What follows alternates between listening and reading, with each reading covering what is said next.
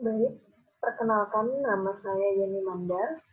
Pada kali ini saya akan menjelaskan tentang salah satu produk pangan fungsional yang kaya akan manfaat serta bioaktif peptida, di mana produk ini adalah produk fermentasi berbahan dasar dari kacang kedelai atau yogurt kedelai, atau biasa yang disebut dengan soybean.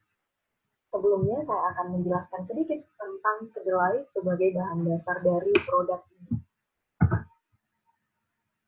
Tentunya kita semua tahu kedelai merupakan bahan pangan yang banyak terdapat di pasaran. Harganya relatif murah. Kedelai merupakan sumber protein, karbohidrat, serat, asam amino, peptida bioaktif, asam lemak omega 3, serta mikronutrien lainnya seperti zat besi, asam folat, magnesium, serta komponen fitokimia, yaitu isoflavon, sterol, dan saponin. Nah, kedelai ini dapat dikembangkan menjadi pangan fungsional yang kaya akan peptida bioaktif, dalam hal ini yaitu soybean. Nah, seperti apa? Bagaimana cara membuat dari soybean ini? Yaitu terlebih dahulu kita akan membuat susu kedelai, kemudian difermentasi menggunakan kultur bakteri asam laktat menjadi yogurt kedelai atau soybean. Nah, soybean merupakan produk pangan hasil fermentasi dari susu kedelai. Nah, sudah saya jelaskan sebelumnya ya. Susu kedelai itu mengandung off flavor yang kurang disukai, yang sering disebut langu kedelai benih flavor. Ya.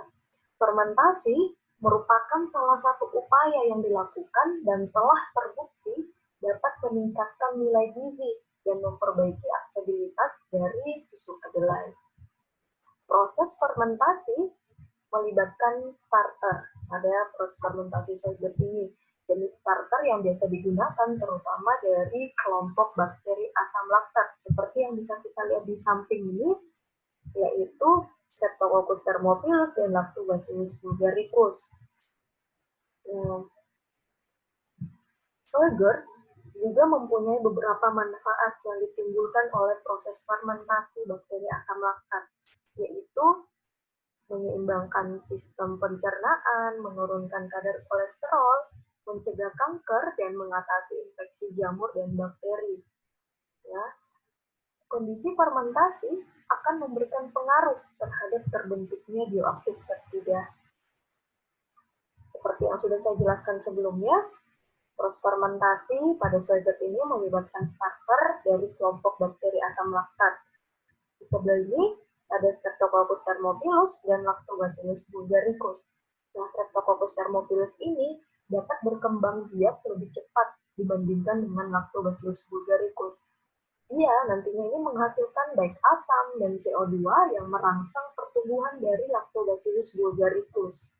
Ya, Lactobacillus bulgaricus sendiri nantinya ini memproduksi peptida dan asam amino untuk dapat dipakai oleh Streptococcus thermophilus.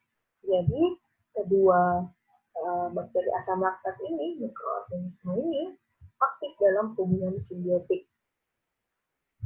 Nah, kita lanjut untuk pembuatan dari soybean sendiri. Kita bisa lihat alat-alatnya ini, kemudian lanjut untuk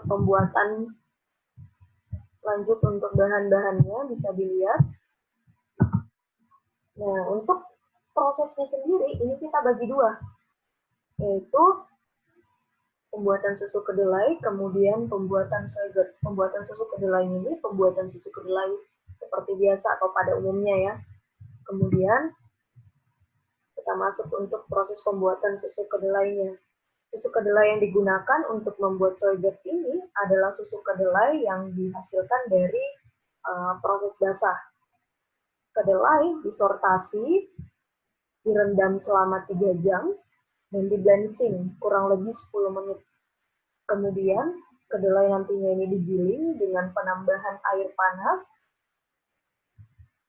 Bubur kedelai kemudian nantinya akan disaring menggunakan kain saring. Selanjutnya, susu kedelai dipanaskan sampai mendidih.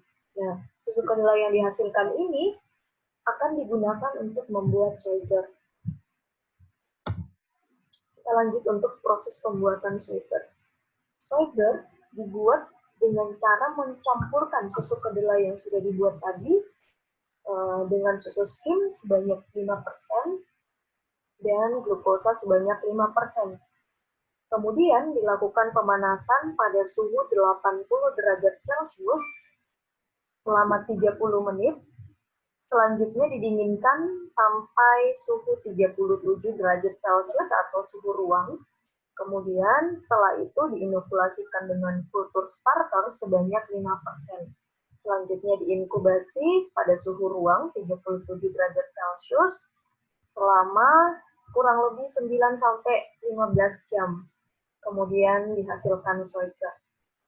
Demikianlah proses atau tahap-tahap pembuatan dari soy curd. Selanjutnya saya akan lebih menjelaskan tentang senyawa bioaktif peptida yang dihasilkan dari proses fermentasi soy curd ini. Nah, susu kedelai merupakan sumber protein yang baik. Susu kedelai dapat difermentasi menghasilkan susu kedelai asam, yaitu soy curd. Kondisi fermentasi akan memberikan pengaruh terhadap terbentuknya bioaktif peptida. Apa itu peptida? Peptida adalah salah satu sumber ingredient pangan fungsional yang sangat penting. Pada dasarnya, tubuh kita ini memiliki peptida endogen yang berfungsi sebagai hormon neurotransmitter yang berperan penting dalam proses fisiologis. Bioaktif peptida dapat diperoleh dari protein yang dikonsumsi. Peptida tersebut dapat berdiri sendiri atau masih terikat pada protein asalnya. Nah, diketahui selama hidrolisis dalam saluran pencernaan atau pengolahan pangan, dalam hal ini fermentasi, peptida ini dapat dilepas dari protein. Ya. Kemudian di dalam tubuh dapat bekerja sebagai senyawa regulator yang aktivitasnya menyerupai hormon. Nah,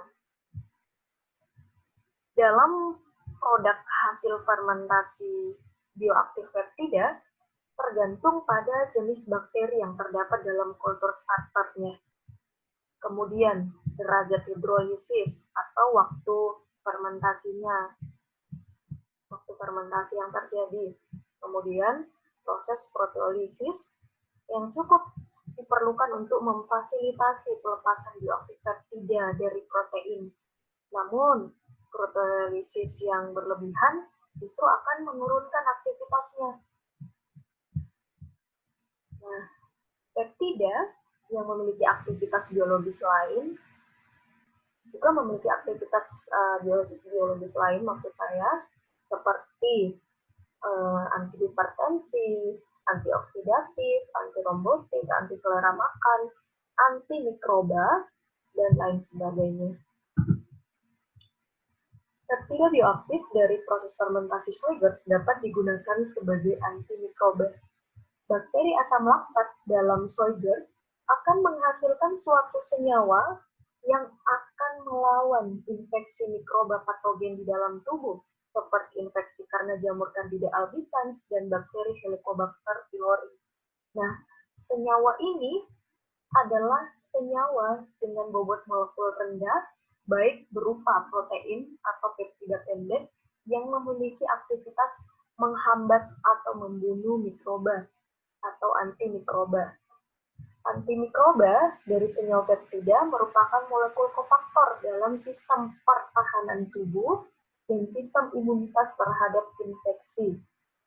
Penggunaan antimikroba dari senyawa peptida dalam bidang pengobatan itu sangat potensial karena AMP atau antimikrobial peptida dapat mengkonstruksi sel target dan memiliki kemampuan antimikroba yang lebih kuat dibandingkan antibiotik biasa. Nah, soy curd yang terdiri dari dua kultur campuran bakteri asam laktat seperti yang sudah saya jelaskan sebelumnya, yaitu Streptococcus thermophilus dan Lactobacillus bulgaricus. Ini, ya, dua jenis ini yang digunakan pada pembuatan kali ini menghasilkan senyawa antimikroba yang lebih banyak dibandingkan starter kultur tunggal. Kemudian kita masuk pada kesimpulan bahwa kedelai merupakan sumber protein, karbohidrat, serat, asam amino, dan tidak bioaktif, asam lemak omega 3, serta mikronutrien lainnya seperti zat besi, asam folat, magnesium, serta komponen fitokimia lainnya. Ya. Komponen fitokimianya itu baik berupa isoflavon, sterol, saporin, yang dapat difermentasi menjadi soyger. Ya. Soyger ini merupakan produk tambahan yang kaya akan manfaat serta memiliki komponen bioaktif tertiga. Proses pengolahan dari soyger diawali pembuatan susu kedelai, kemudian difermentasi dengan bakteri asam laktat. Jadi starter yang biasa digunakan untuk starter kelompok bakteri asam laktat yaitu Streptococcus thermophilus dan Lactobacillus bulgaricus pada pembuatan soyger ini. Zat tidak bioaktif yang dihasilkan dari proses fermentasi dapat digunakan sebagai antimikroba. Antimikroba dari senyawa peptida merupakan molekul kofaktor dalam sistem pertahanan tubuh dan sistem imunitas terhadap infeksi. Oke, demikianlah penjelasan singkat saya mengenai soyger yang kaya akan zat tidak bioaktif yang dapat digunakan sebagai antimikroba, yang memiliki potensi sebagai antimikroba. Oke, sekian dan terima kasih.